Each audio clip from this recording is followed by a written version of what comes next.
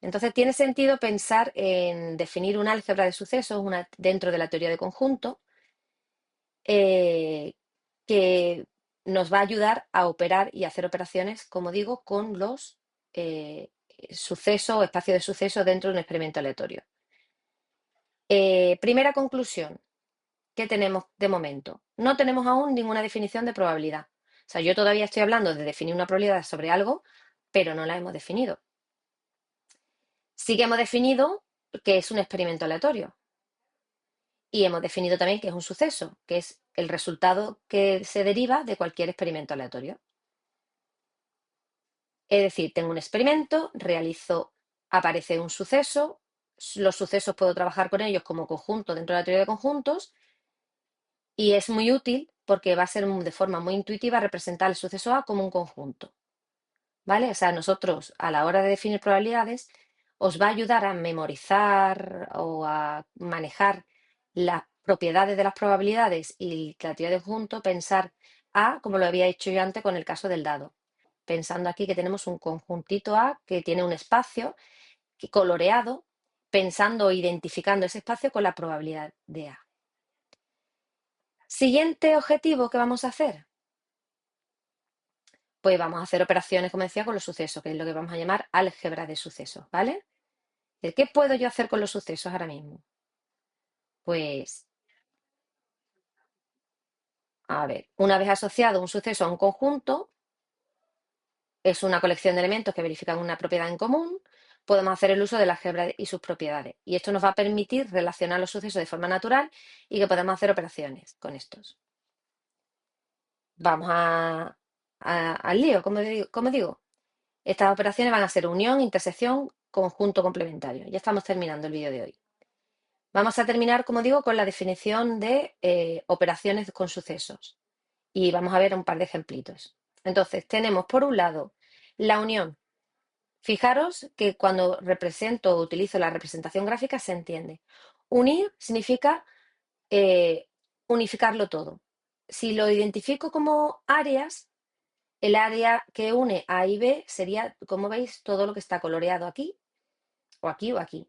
Pero tenemos tres casos diferentes que os podéis encontrar con los sucesos A y B.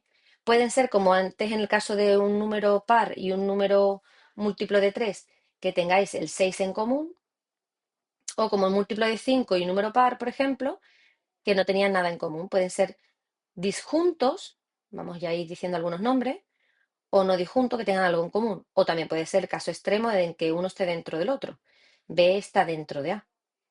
Entonces, unir A y B, pues te quedas como estabas con A. Unir aquí A y B es como sumar el área de B y el área de A.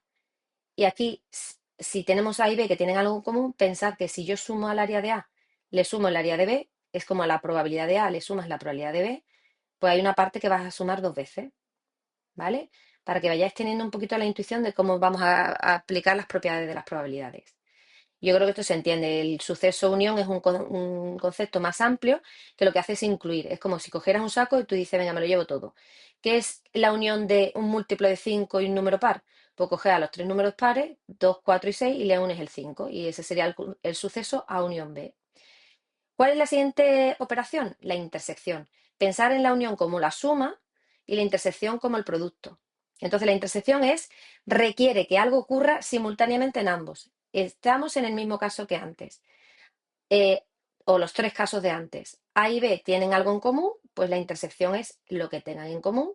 Si son disjuntos, pues no tienen nada en común, la intersección es vacía, el conjunto vacío es imposible. Aquí podríamos también decir el múltiplo de 5, que era el 5 y un número par, el 2, 4, 6 no tienen nada en común. Por tanto, la intersección entre A y B es cero, vacío.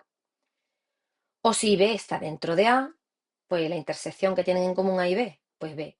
¿Vale? Si tú dices A es el número que salga un número par, 2, 4 y 6, y el B es el número 2, pues el 2 está incluido en A. La intersección entre A y B es el número 2. Es un concepto más restrictivo porque implica que esté incluido simultáneamente en los dos conjuntos. Luego tenemos el suceso complementario, par e impar.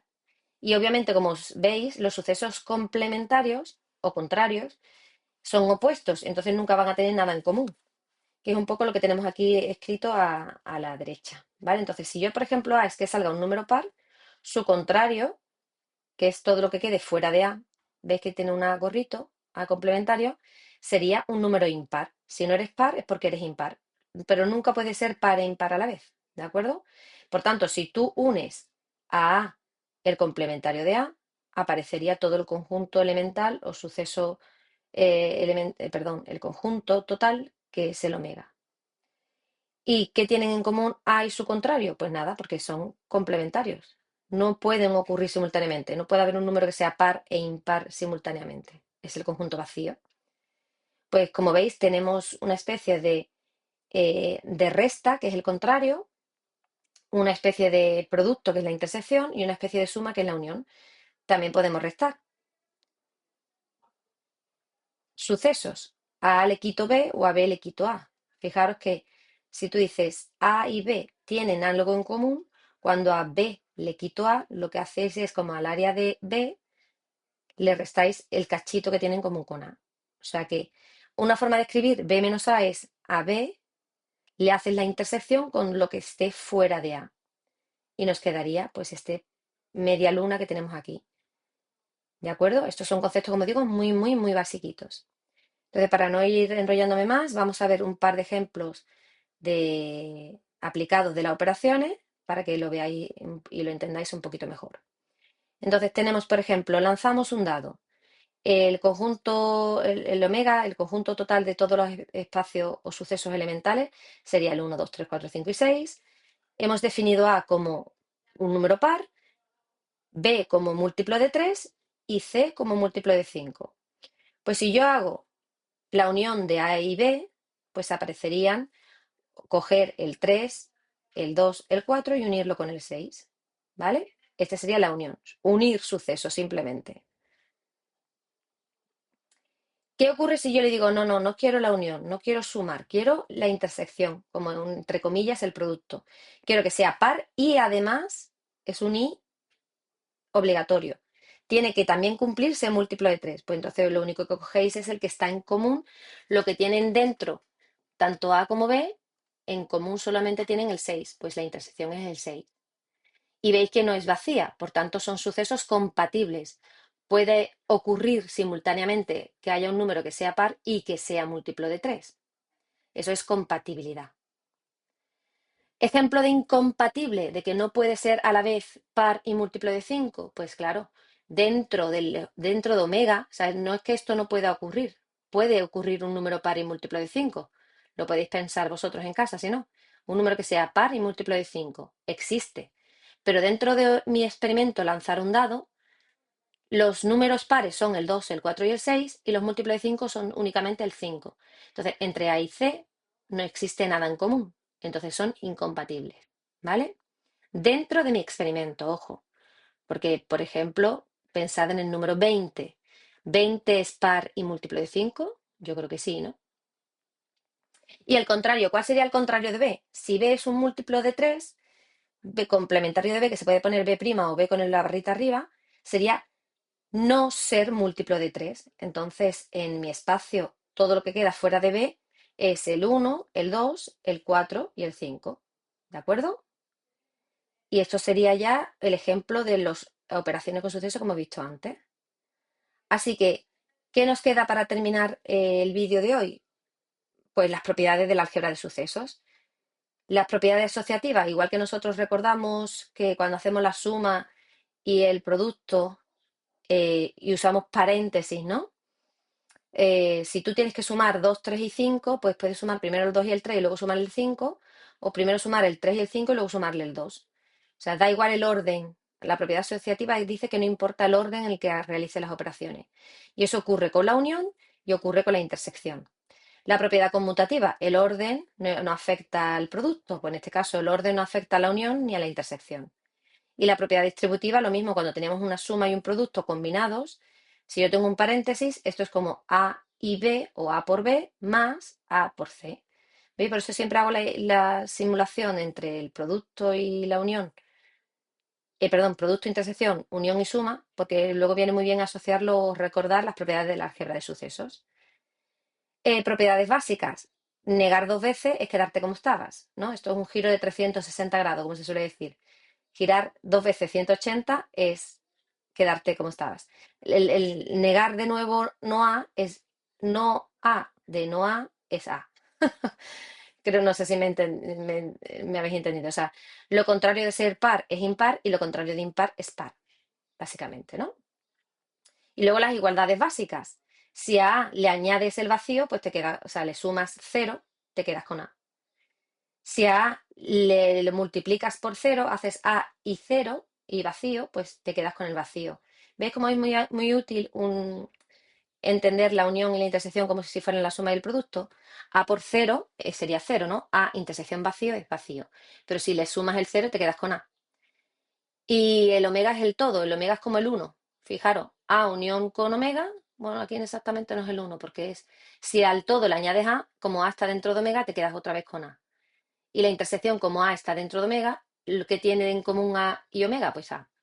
Aquí no sería el uno, perdonadme. No es la identidad. La idempotencia A y A es A, o, perdón, aquí sería A y A es A o A es A. Unirle a sí mismo se queda como estaba e interseccionar A consigo mismo me quedo como estoy. Y los complementarios, ya lo hemos visto antes. Si A le añades su contrario, te sale todo el conjunto omega entero y la intersección entre un conjunto y su contrario nunca, siempre es vacía, nunca van a ser compatibles.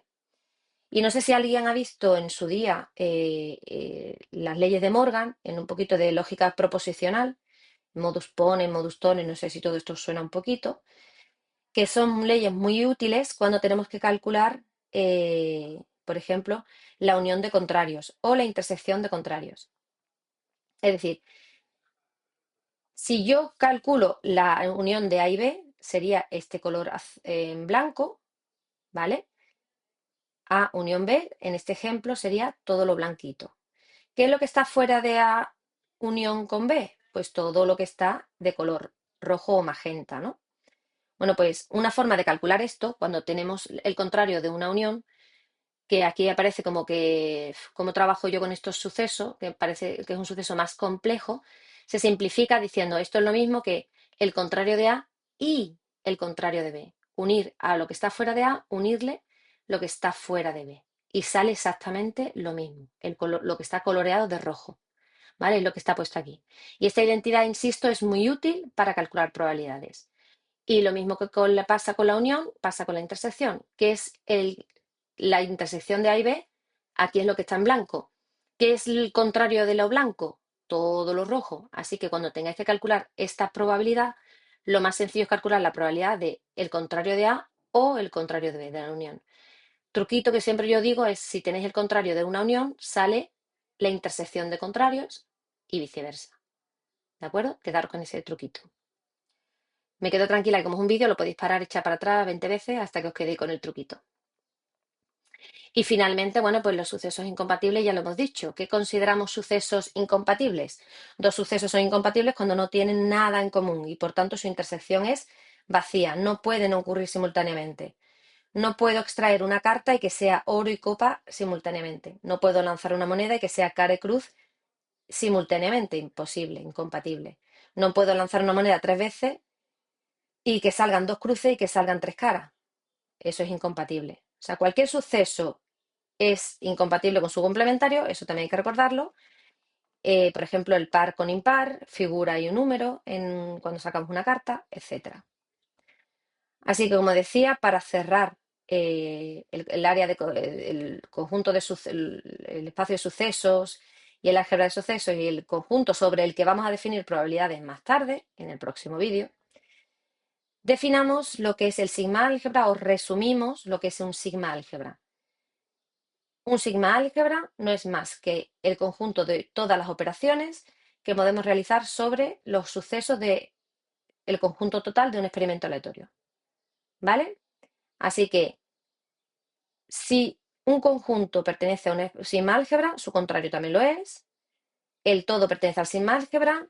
Y si tiene un conjunto, una serie de conjuntos o de eventos o sucesos del sigma álgebra, la unión de estos también formarán parte del sigma álgebra. Es como diciendo, si tú haces operaciones con números, te tiene que salir un número, ¿no? Pues esto es lo mismo. El sigma álgebra te dice que es una estructura coherente porque si hago operaciones con sucesos, pues no me va a salir una rana, me va a salir otro suceso. ¿de acuerdo? Así que, como decía, sobre el álgebra de sucesos o el sigma álgebra de sucesos, vamos a definir eh, las propiedades, las probabilidades. Eh, Recordamos que la teoría de conjunto ha definido del experimento al suceso al conjunto, el conjunto de operaciones. Y como digo, una vez que ya tenemos todos los ingredientes, ahora vamos a calcular una probabilidad.